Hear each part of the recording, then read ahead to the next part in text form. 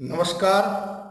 આપ નિહાળી રહ્યા છો સ્વસ્તિક સ્કૂલની યુટ્યુબ ચેનલ, જેમાં ધોરણ 10 તેમજ ધોરણ 12 સાયન્સ કોમર્સના વિદ્યાર્થીઓ સ્વસ્તિક સ્કૂલના અનુભવી તેમજ શ્રેષ્ઠ શિક્ષકોના અનુભવનો લાભ મેળવી અભ્યાસમાં સફળતા પ્રાપ્ત કરી શકે તે માટે આ ચેનલ પર વિડીયો મૂકવામાં આવી રહ્યા છે. તમામ વિદ્યાર્થીઓ અને વાલીશ્રીઓએ આ યુટ્યુબ ચેનલને સબસ્ક્રાઈબ કરીને તેના રેગ્યુલર અપડેટ મેળવતા રહેવા નોટિફિકેશન બેલ આઇકોન પર ક્લિક કરવું સહકારની અપેક્ષા સહ. Good morning students. તો લાસ્ટ લેક્ચરની અંદર આપણે ચર્ચા કરેલી હતી બહુ જ અગત્યનો ટોપિક આ ચેપ્ટરનો કે જેનું નામ હતું STPS, એટલે કે જેને આપણે કહેતા હતા સુએજ ટ્રીટમેન્ટ પ્લાન્ટ.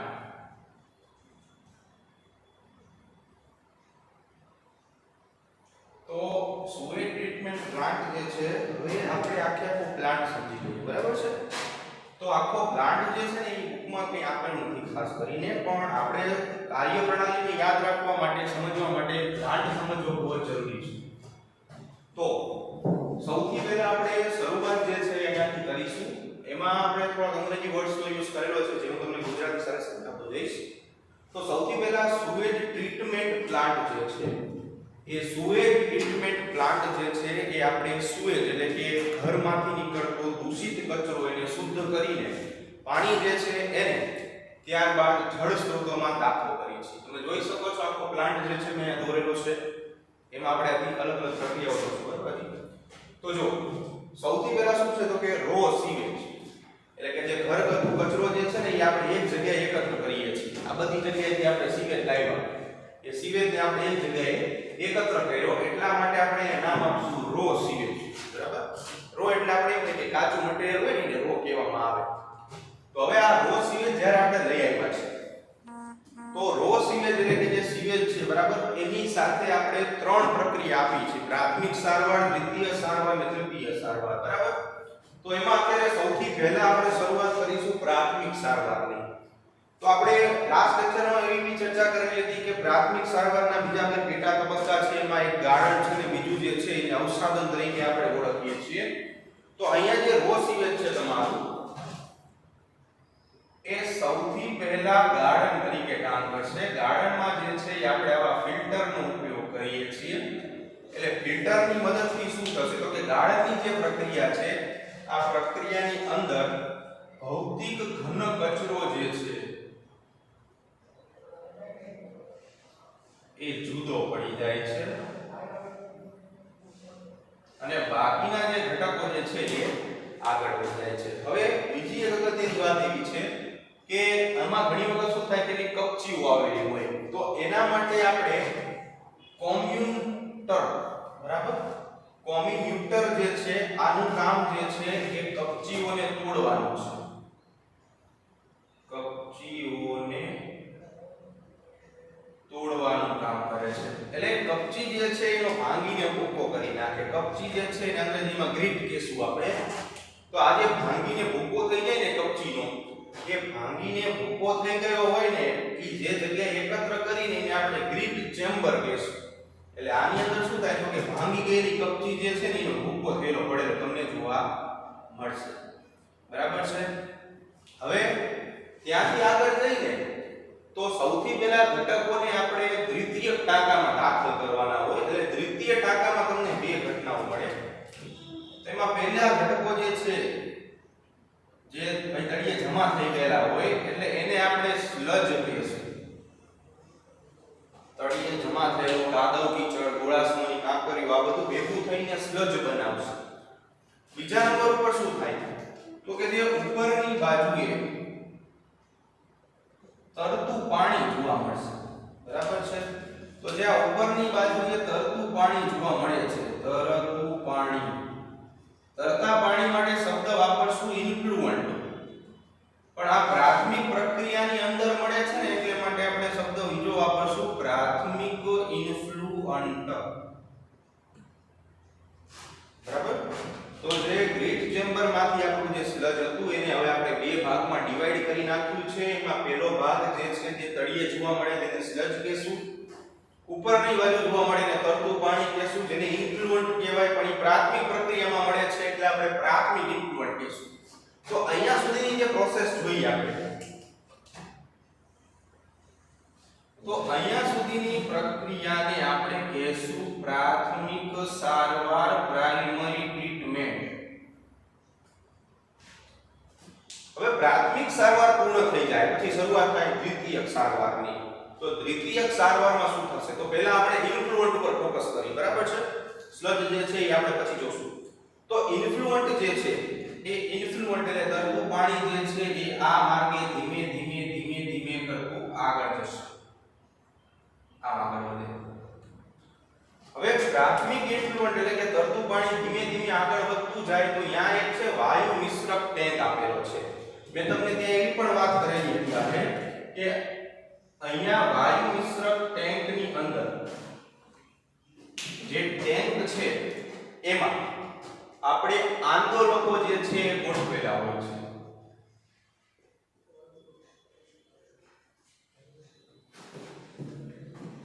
આંદોલકો જે છે એ અંદર હાજર હોય છે.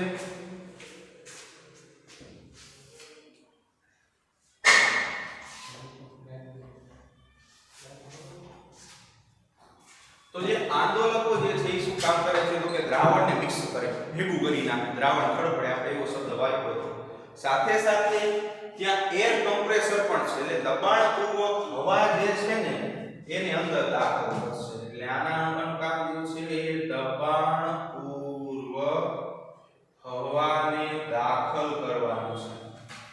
એટલે પ્રેશર થી શું કરે? હવા દાખલ કરે. જો અહીંયા નીચેની બાજુ એક્ઝેક્ટ પંપ લખેલો છે. પંપનું કામ શું છે? તો કે આ ઘટકો અંદરની બાજુ આ સાઈડ આવી જાય ને તો પંપ દબાણપૂર્વક પાછું જવા દે, બરાબર છે? હવે ત્યાં આપણે શું કરતા હતા? તો કે સૂક્ષ્મ જીવો જે છે એનો ઉછેર પણ કરાવતા હતા.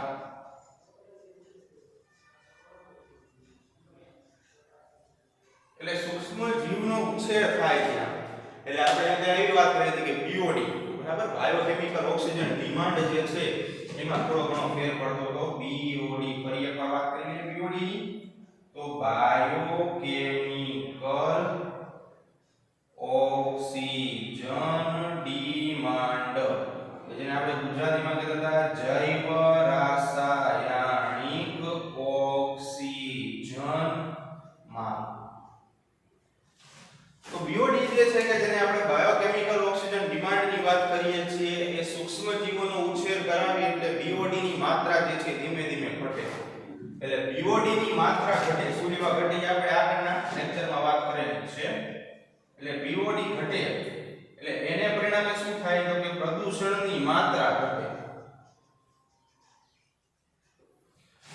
પ્રદૂષણની માત્રા જ્યારે ઘટી જશે એટલે પાણી જે છે એ શુદ્ધ થઈ ગયું કહેવાય, બરાબર છે? હવે તેને દ્વિતીય ટાંકામાં લાવવું. એટલે દ્વિતીય ટાંકામાં પણ બે ભાગ છે આપણે. એમાં એક નીચેની બાજુ જે જોવા મળે ને એને આપણે સ્લજ કહીશું, પણ આને ક્રિયાશીલ સ્લજ કહેવામાં આવશે અથવા તો સક્રિય સ્લજ, બરાબર છે? અને ઉપરની બાજુએ તમે જે પાણી જોઈ શકો છો, તો અહીં આપણે પાણી દ્વારા વટાઈ કરી છે. તો જે આ પાણી જે છે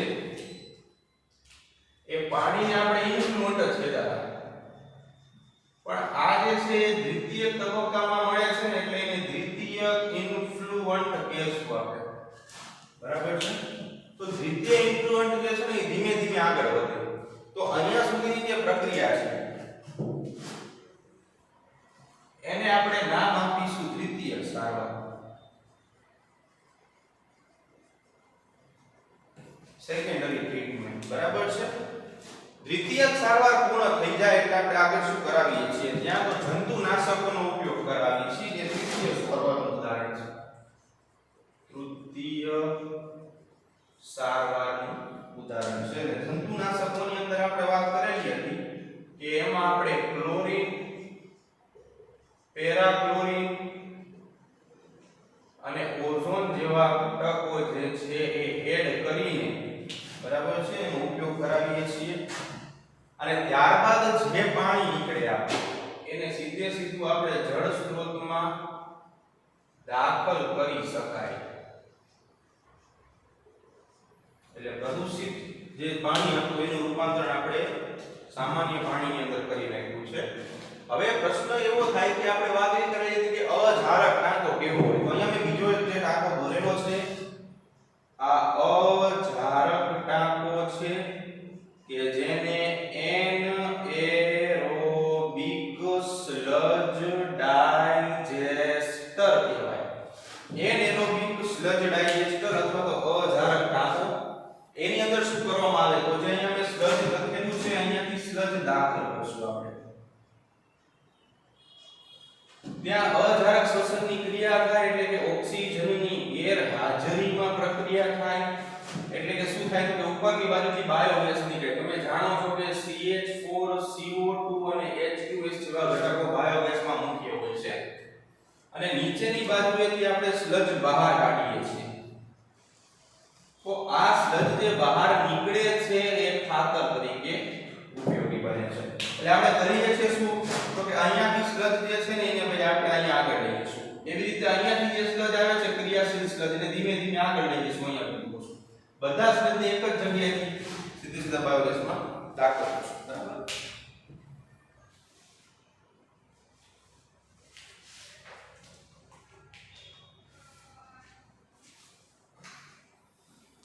તો હવે વાત કરીએ આપણા આગળના ટોપિકની કે જેનું નામ આપણે આપેલું છે બાયોગેસ પ્લાન્ટમાં સૂક્ષ્મજીવોનો ફાળો. તો બાયોગેસમાં સૂક્ષ્મજીવનો ફાળો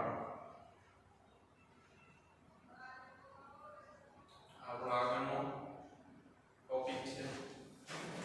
હવે આપણે જાણીએ છીએ કે બાયોગેસ જે છે જેની મદદથી આપણે બાયોગેસ જે છે જે રાંધણમાં એટલે કે રાંધવા માટે અને બીજા નંબર ઉપર કે પ્રકાશ ઊર્જા મેળવવા માટે ખૂબ જ ઉપયોગમાં આવે છે. તો એની અંદર સૂક્ષ્મજીવોનો ફાળા વિશેની વાત કરવાની છે આપણે. તો સૌથી પહેલા જ આપણે વાત કરીએ કે બાયોગેસની અંદર સૂક્ષ્મજીવ કેવી રીતે ઉપયોગી છે. તો પહેલા આપણે વાત કરીએ કે બાયોગેસમાં શું આપણે ઉપયોગમાં લઈશું. તો સામાન્ય રીતે જે ગોબર હોય ગોબરમાંથી માત્ર 10% ઊર્જા જ મળે આપણને. પણ ગોબર ગેસ જે છે એની અંદરથી આપણને 30% ઊર્જા મળે. એટલે આની કરતા 3 ગણી વધુ ઊર્જા. એટલા માટે આપણે આ ગોબર ગેસ કે બાયોગેસ યુઝ કરીએ છીએ. હવે બાયોગેસની અંદર આપણે શું કરીએ છીએ તો કે છાણ અને પાણી જનરલી આની અંદર દાખલ કરવાના ઘટકો કયા છે તો બાયોગેસમાં કયા કયા ઘટકો જે છે એનો આપણે ઉપયોગ કરીએ છીએ એની વાત કરીએ તો પશુઓના છાણ અને મૂત્ર, આના સિવાય કૃષિજન્ય કચરો, પક્ષીઓના ચરક. તો આવા ઘટકો જે છે એ બાયોગેસની અંદર રો મટીરીયલ કાચા પદાર્થો તરીકે આપણે ઉપયોગમાં લઈએ છીએ. તો પશુઓના છાણ અને મૂત્ર, કૃષિજન્ય કચરો.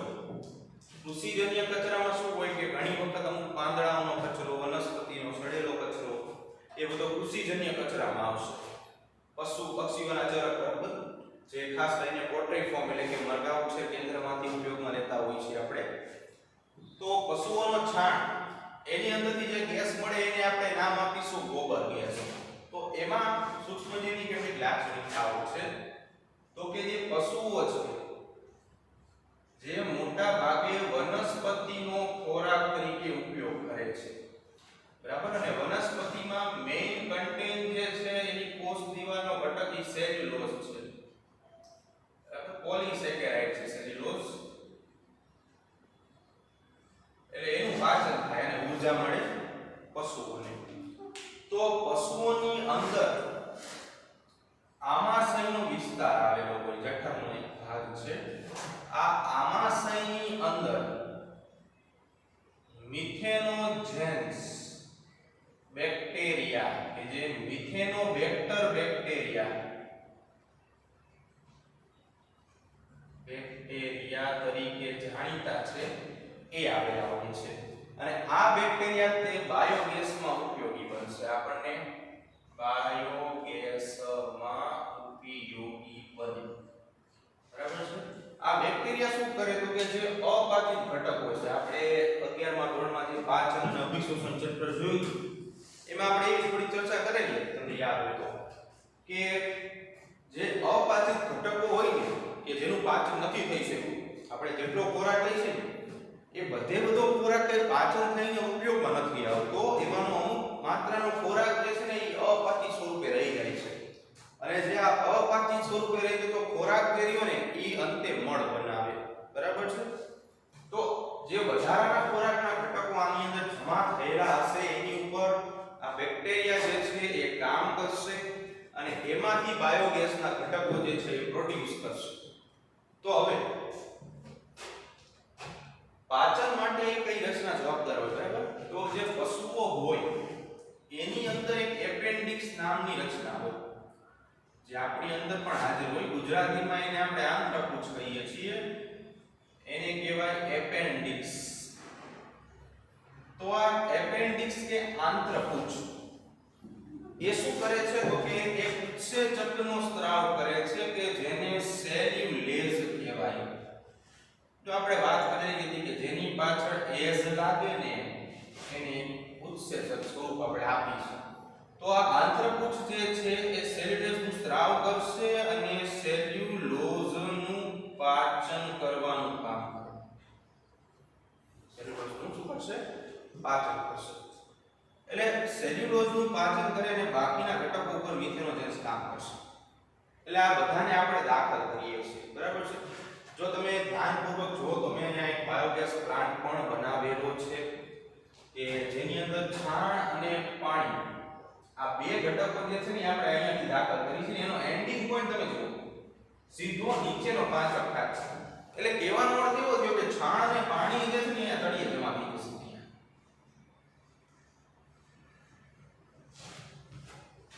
બરાબર છે? બીજા નંબર ઉપર શું છે તો કે ઉપરના ભાગેથી આપણે સ્લજ દાખલ કરી છે. હવે આ સ્લજ ક્યાંથી આવે તો સુએજ ટ્રીટમેન્ટ પ્લાન્ટમાંથી આવે. સુએજ ટ્રીટમેન્ટ પ્લાન્ટ્સ એની અંદરથી આપણો સ્લજ જે છે એ આવશે અને સ્લજ આપણે અહીંયા ઉપરના ભાગે દાખલ કરશું. એટલે ઉપરની બાજુએ હંમેશા તમને સ્લજ જે છે એ જોવા મળશે. બરાબર છે? હવે વાત કરીએ પ્રક્રિયા કે શું પ્રક્રિયા થાય છે. તો આ બધી ઘટકો જે છે બધા ઘટકોને આપણે દાખલ કરી દઈએ. ઉપરની બાજુ ઢાંકણું મૂકી દેજો. ઉપરની બાજુ જે ઢાંકણું હોય છે, બરાબર, અહીંયા ત્યાં નળી પણ દાખલ કરેલી હોય છે આવી રીતે કે જ્યાંથી ગેસ જે છે બાયોગેસ જેને આપણે કહીએ છીએ એ આપણે બહાર કાઢી શકાય છે. અને ઘણી વખત જો નળી ન દાખલ કરેલી હોય ને તો શું હોય કે ઉપરની બાજુ જે આચ્છાદન હોય ને એ તરતું હોય, એટલે એના આધારે આપણને ખબર પડી જાય કે ગેસ જે છે એ પ્રોડ્યુસ થયો છે, બરાબર, ઉપરની બાજુ કેલાઈ છે આ માટે. તો અહીંયા અજારક શ્વસનની ક્રિયા થશે. અજારક શ્વસન કે જેને આપણે આત્મણ પણ કહીએ છીએ એવી પ્રક્રિયા થશે અને તેને પરિણામે ઘટકો જે છે એ કોહવાણ અનુભવશે અને આ કોહવાણને પરિણામે કેટલાક વાયુઓ ઉત્પન્ન કરશે, જે વાયુઓને આપણે બાયોગેસ તરીકે ઓળખશું. બીજું કે આનો ઉપયોગ જે છે એ આપણે કેવી રીતે કરીએ છીએ એની પણ વાત આપણે કરીશું આગળ. તો અહીંયા મેં ટકાવારી પ્રમાણ લખેલા છે કે બાયોગેસની અંદર આવેલા જે વાયુઓ છે ને એના ટકાવારી પ્રમાણ વિશે થોડી આપણે વાત કરવાની છે. આ એક્સ્ટ્રા પોઈન્ટ છે, બુકમાં આપેલો નથી એટલે એડ કરવો હોય તો કરજો.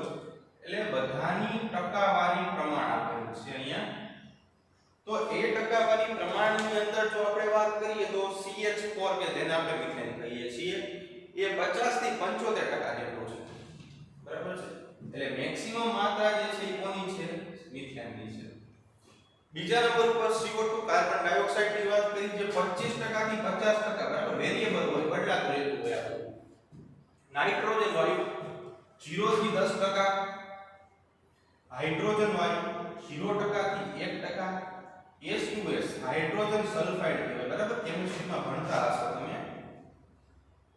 હાઇડ્રોજન સલ્ફાઇડ આ જે છે ને એ ગટર જેવી વાસ ધરાવતો વાયુ છે. ગટર જેવી વાસ ધરાવે, બરાબર. એનું પ્રમાણ 0 થી 3% અને ઓક્સિજનનું પ્રમાણ તો અહીંયાથી આપણે ખબર પડી જાય 0% છે ને ઓક્સિજનની ગેરહાજરીમાં હંમેશા અજારક શ્વસન જ થાય ઓક્સિજનની ગેરહાજરીમાં. બરાબર છે? તો આ આખી પ્રોસેસ પ્રક્રિયા અંદર શું થાય તો એ પ્રક્રિયા પણ આપણે દર્શાવેલી છે. આ પ્રક્રિયા કે એમાં CO2 અને H2 બે ભેગા મળી જાય અને CH4 એટલે કે મીથેન બનાવે છે. મીથેન એક પ્રકારનો હાઇડ્રોકાર્બન છે અને પાણીના અણુ જે છે એ રિલીઝ કરશે. બરાબર છે? હવે તો આ બાયોગેસ જે છે એ બાયોગેસ બની ગયો. ઉપરની બાજુ આપણે ગેસ બધો બહાર કાઢી દીધો. અહીંયા આપણે સ્લજ જે છે તરતું મૂક્યું. બરાબર છે? ઉપરની બાજુ એવું આપણે વાત કરી. તો જે આ તળિયાના ભાગે જમા થયેલા ઘટકો છે ગેસ નીકળી જાય ને પછી આને બહાર કાઢી શકાય અને એનો ઉપયોગ આપણે ખાતર તરીકે કરી શકાય છે. બરાબર?